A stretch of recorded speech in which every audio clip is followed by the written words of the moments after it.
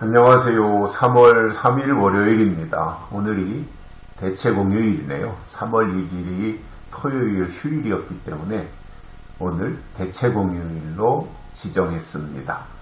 그래서 1일, 2일, 3일 연달아 쉬게 되네요. 오늘 3월 3일이고 다들 이제 휴일을 만끽하고 오늘까지 계실 텐데 우리는 이 새벽 시간에 고린도후서 4장으로 가서요 1절과 2절 말씀을 듣겠습니다. 이러므로 우리가 이 직분을 받아 긍휼하심을 입은 대로 낙심하지 아니하고 이에 숨은 부끄러움의 일을 버리고 괴휼 가운데 행하지 아니하며 하나님의 말씀을 혼잡케 아니하고 오직 진리를 나타내므로 하나님 앞에서 각 사람의 양심에 대하여 스스로 천거하노라. 아멘. 바울이 하나님의 직분을 받아가지고 하나님의 일을 하는데 낙심하지 아니하고 하나님의 일을 했습니다. 바울이 낙심하지 않았다고 할 때 낙심할 일이 없었다는 말이 아닙니다. 얼마나 많았습니까? 매도 맞지요. 쫓겨다니기도 하지요. 감옥에 갇히기도 하지요.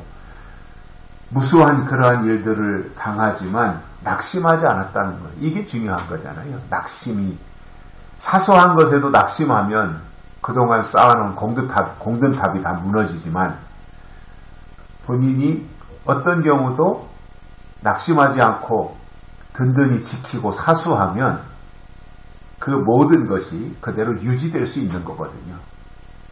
그래서 하나님의 직분을 받은 자들은 낙심하지 말아야 된다라고 하는 것을 1절에서 설명하고 그리고 이제 그 구체적으로 직분을 하나님이 주신 직분을 받은 자들이 어떻게 행동해야 되는가, 어떠한 삶을 살아야 되는가 하는 부분에 대해서 2절에서 바울은 몇 가지를 설명합니다.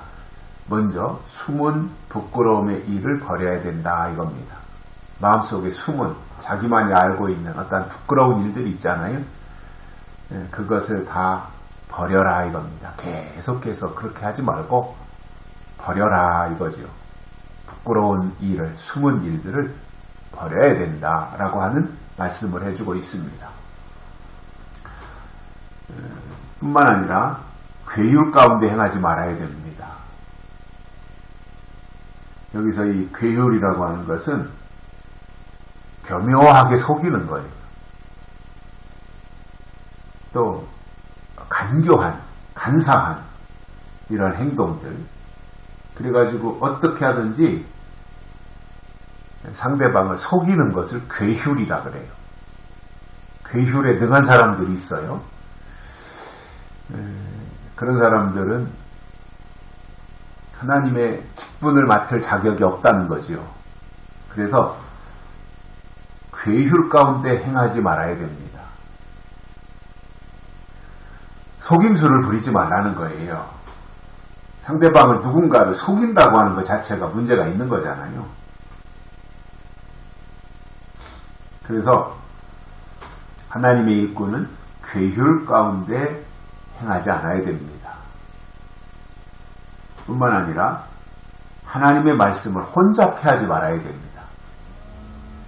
혼잡케 하면 안 되는 거거든요. 이 혼잡하다는 것은 불순물을 다 섞었다 그 말이니까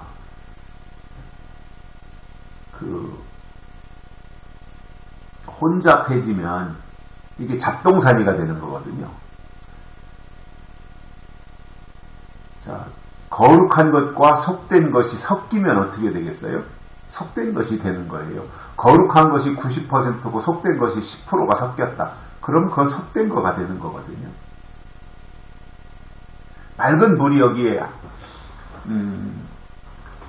바켓으로 한 바켓스가 있어요. 아주 생수 금방 떠온 맑은 물이. 그런데 거기에 새똥 한 방울이 딱 떨어져 버리면 똥물이 되는 거거든요.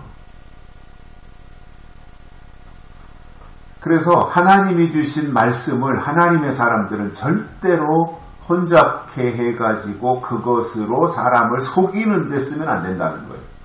하나님은 정직하신 분이고 성경은 진리인데 그것을 가지고 나가서 사람들을 속이는데 쓰고 미혹하는 재료로 쓴다면 말이 안 되는 거죠. 그거는.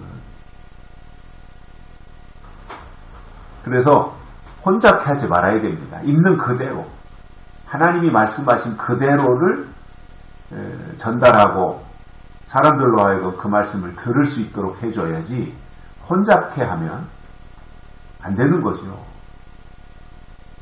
그리고 어떻게 말씀이 하나님이신데 하나님이 주신 그 말씀을 혼잡해 하면서 하나님의 일을 한다고 말할 수가 있겠어요. 저는 다시 말씀을 드리지만 시한부정말론을 좋아하지 않는 이유 중에 하나가 그런 것들이 있어요. 자기 목적을 달성하기 위해서 하나님의 말씀인 성경을 교묘하게 이용해서 상대방을 무너뜨리는 거예요. 무너지는 줄도 모르고 상대방은 그 사람이 잘하는 줄 알고 그 사람이 옳은 줄 알고 따라가는데 이미 목적이 다른 데 있기 때문에 따라가는 사람은 모르고 따라가고 분별 없이 따라갔지만 그 인도하는 그 사람이 목적이 다른 데 있기 때문에 교묘하게 위장을 하고 자기를 따르는 사람들을 끌고 가지만 결국 끌고 가는 인도자가 목적이 잘못되어 있기 때문에 그를 따라가는 사람들도 다 잘못된 길로 갈 수밖에 없는 거예요. 저는 능력이 있고 없고 일을 잘하고 못하고 그건 두 번째라고 봅니다. 제일 중요한 게 뭐예요? 진실성이잖아요. 그래야 그 다음 모든 일들이 이루어지는 것이지 그게 전혀 결여되어 있는데 그거는 말이 안 되는 거지요. 그래서 혼잡해 하면 안 됩니다. 하나님의 말씀을. 그냥 진리이면 진리 그대로를 증거해야지 거기다가 자기 생각을 주입하고 자기 목적을 거기다 집어넣고 해가지고 사람들을 선동하면 그래서 같이 망하는 거지요. 그래서 혼잡해 하냐고 오직 하나님의 직분을 맡은 사람들은 오직 해야 될 일이 뭐예요? 진리를 나타내므로 진리를 나타내라는 거예요. 이게 하나님을 나타내는 거잖아요. 진리가 곧 하나님이시니까. 그래서 예언의 말씀, 약속의 말씀을 통해서 하나님의 뜻인 진리를 나타내야 돼요. 선포하고 알리고 나타내야 되는 거죠. 그렇게 할 때 하나님은 그를 일꾼으로 세우시는데 바울은 이렇게 말합니다.